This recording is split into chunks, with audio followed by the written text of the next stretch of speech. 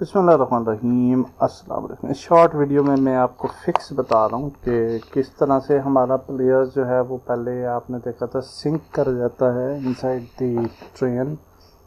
तो मैंने different methods apply किए लेकिन कोई भी प्रॉब्लम सॉल्व नहीं हो रहा था।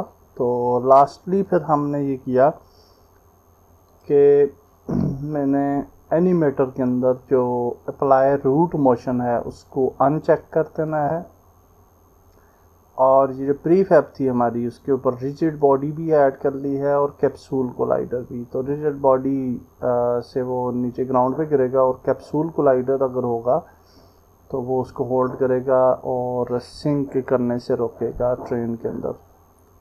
तो अब अगर आप ट्राई करें तो आई होप के हमारा जो प्लेयर है जब वो डेड होता तो वो सिंक नहीं करेगा, जैसे कि पहले सिंक कर जाता था इनसाइड द ग्राउंड। तो अभी फिर ये सिंक क्यों कर रहा है? शायद हमने सेव नहीं की प्रीफैब, या क्योंकि पहले तो इसको सिंक तो नहीं करना चाहिए वैसे। And if we go here for this and if we move it little bit up to 1 पे, हम बल्कि इसको 1 पे करें तो बहुत ज़्यादा हो जाता है, तो 0.2 पे करते हैं। and we have capsule collider and rigid body as well। तो इसको ग्राउंड के अंदर तो नहीं वैसे होना चाहिए। Again,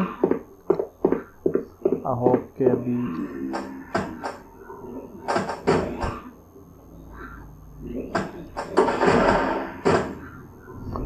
now you can see कि it is on the ground, और अब ये ग्राउंड के ऊपर ही जो है वो डेड हो जाता है। और डेफिनेटली आप कैप्सूल कोलाइडर की जो वो है